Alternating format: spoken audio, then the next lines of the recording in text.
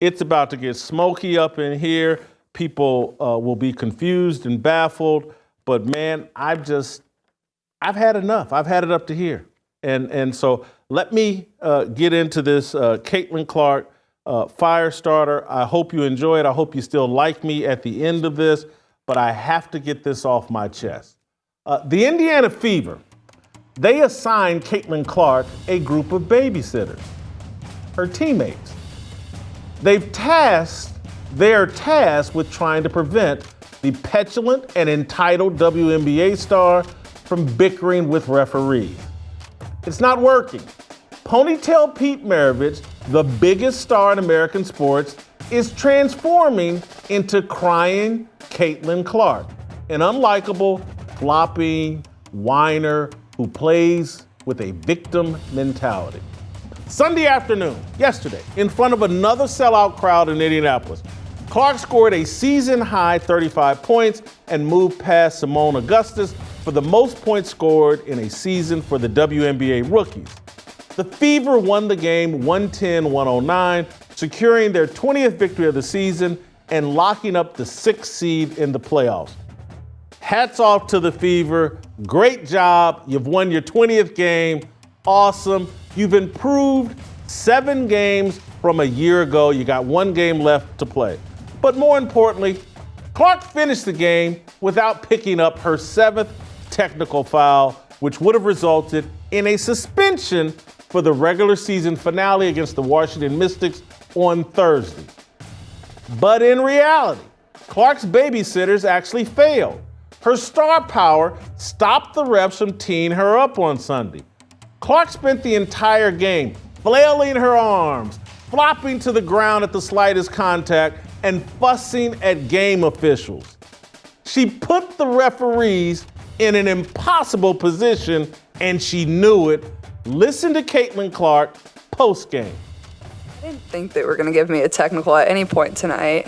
I would have been really sad for people in Washington, D.C. I didn't want to do that. I tried my best. But my teammates do a really good job of that. They think I'm funny. They think it's funny. So, and then Aaliyah is the one that ends up with a technical. That's the best part about it all. Like, she's the one babysitting me, and then somehow she ends up with a technical. And she didn't really do anything. She was just standing there. So that's what was funny to me. I think I did a better job. I still thought there was like a couple moments there where I could have been a little bit better. But now it's basically over. I don't have to worry about that anymore, but I don't want to be getting technicals at all. So, and my mom doesn't want that for me either. And I don't want to pay any more fines. So I'm done with that. The last one in the room, Sabrina. So stick with me here, guys, because I'm going to dig in deeper on this whole deal here. Because, I get the humor among teammates, but I'm not laughing, and I'm about to show you why I'm not laughing. I want to play this other video. It's SOT number 17. It's the Caitlin Clark. It's her from this. She's talking after Sunday's game. But I want to show you what Caitlin Clark did Friday. They're playing the Las Vegas Aces. Someone put together a video, I think over TikTok, showing all the different ways Caitlin Clark fussed at the referees. Let's play that SOT. And I watched all of this on Friday. This is against the Las Vegas Aces, a very good team, a team they may see in the playoffs. The Dallas, not the Dallas Wings, Dallas. Dallas, who they played on Sunday, not going to the playoffs, maybe has 9-10 victories for the entire season. Not a very good team. But against a very good team that they had lost to on Wednesday, the Las Vegas Aces with Asia Wilson, this is how Clark spent much of the game. Fussing, bickering with the referees, constantly. Throwing tantrums, constantly. And it's annoying. This is every single game. She's like this. It's driving me crazy. This is from one game. And she turned around and did all of this again on Sunday. Same performance, encore performance of Caitlin Clark's tantrum. I've watched every single Caitlin Clark game this WNBA season. I bought the WNBA League Pass. I recently purchased 2 Caitlin Clark jerseys. For the past 18 months or so, Caitlin Clark has been my favorite athlete. She's worn me out. Can't do it. The whining, the complaining, the flopping, the victimhood, the tongue wagging, the hyper focus on engaging with fans and arguing with the referees. Can't take it. She plays an exciting, stat-stuffing, low IQ brand of basketball. Yes, I said it. Caitlin Clark plays a low IQ brand of basketball. She's exciting. Love it. I fell in love with Caitlin Clark. But I can't take the dumb basketball. If Taylor Swift and LeBron James had a baby, he or she would play basketball just like Caitlin Clark. Caitlin Clark is who basketball fans pretended Mike Krzyzewski's white Duke basketball players were. You remember when that was in style? Whoever the white star of the Duke basketball team was, everybody took a dump on him and called him spoiled and petulant and entitled. It was all mostly a lie and a gimmick. There was never anything wrong with J.J. Redick. Nothing really wrong with Christian Laettner. Grayson Allen, yeah, maybe a tiny bit. But none of them came close to behaving the way Caitlin Clark does on a nightly basis. None of them. So everybody pretended to hate these Duke players. Oh, they're spoiled and entitled. The actual Duke spoiled and entitled player is Caitlin Clark. Talented as all get out, fun to watch, but spoiled and entitled, and it's driving me crazy. You could see this, and I ignored it, but you could see tiny kernels of this when she was in college. You could see it. Her worst moment was when the Iowa Hawkeyes lost to Ohio State. Buckeyes fans stormed the court. Clark ran into a student and flopped to the ground as if she'd been shot. I mean, it carried off the court. Clark initiated the content and feigned an injury. I called this out in real time. I didn't like it. It was like, holy cow, she did this. And this whole spinning and flopping and all the history, they had just lost the game. 6 months ago, during March Madness, cameras caught Caitlin Clark's dad yelling at her from the stands to shut up and quit arguing with the refs. Look for yourself. Now they understand what she's seeing. They understand how to move, and if they're open, she will find them. Martin commits the foul. Clark. Guys, her dad can see it. And this is part of the problem. See, her dad was at a lot of her, maybe all of her Iowa basketball games. He's not there to chaperone her in the WNBA. And so this problem's getting worse. I assume over time that Caitlin Clark's on-court behavior would improve. I thought she'd become less bratty. Instead, things have gotten much worse. No dad around to chaperone. She whines and complains every game about everything.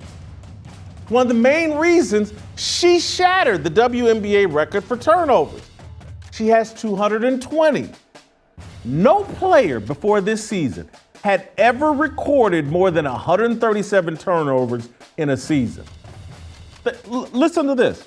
In a 40-minute WNBA game, Clark has a chance to equal James Harden's NBA record of averaging 5.7 turnovers per game. NBA games last 48 minutes. Clark is averaging 5.6 turnovers. She's sloppy with the basketball because she wastes too much energy and focus monitoring the referees. She's trying to control things she cannot control. You remember earlier in the show when I talked about Deion Sanders and his lack of self-control? Trying to control things that he can't control? Caitlin Clark doing the exact same thing. I get it. You Caitlin Clark worshipers, You blame her teammates for her high turnover rate. It's not true. There are occasional examples of Clark's teammates mishandling good passes. But the truth is, Clark frequently gets her dribble picked and throws into double coverage like Jameis Winston. She also picks up offensive fouls for pushing off with her left hand. Her lack of emotional control, high turnovers, victim attitude, poor shot selection, and lazy defense are why I expect the Fever to exit the playoffs in the first round. Clark seems to have no idea that her self-inflicted shortcomings are problematic. Her misguided worshipers shield her from criticism. Every shortcoming is someone else's fault.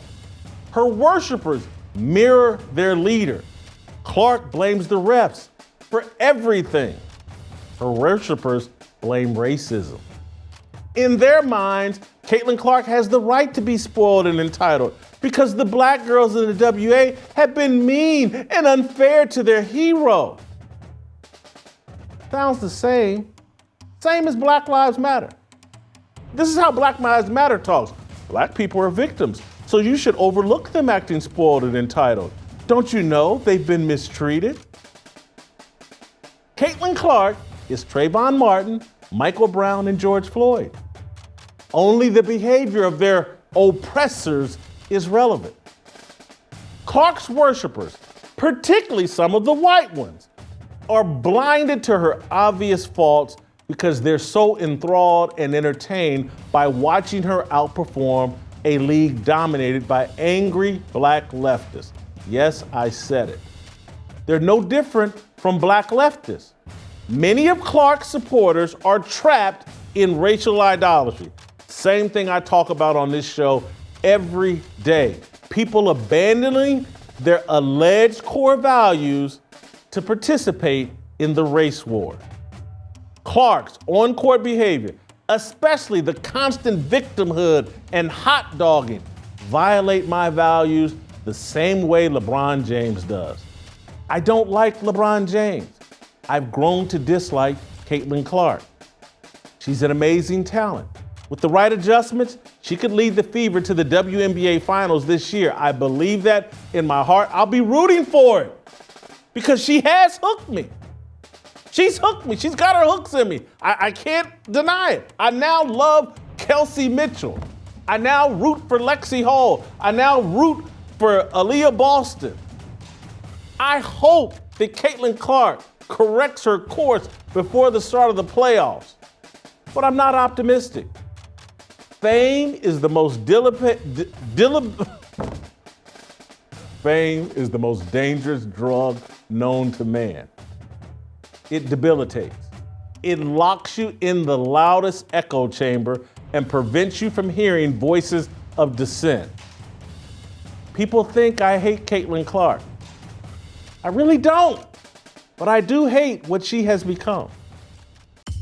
If you enjoyed that video, be sure to hit the like button and subscribe so you never miss a moment of Fearless.